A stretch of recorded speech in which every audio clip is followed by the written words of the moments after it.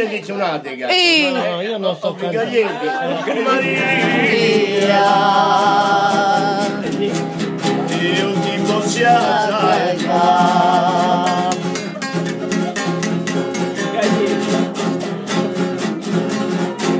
Coi tuoi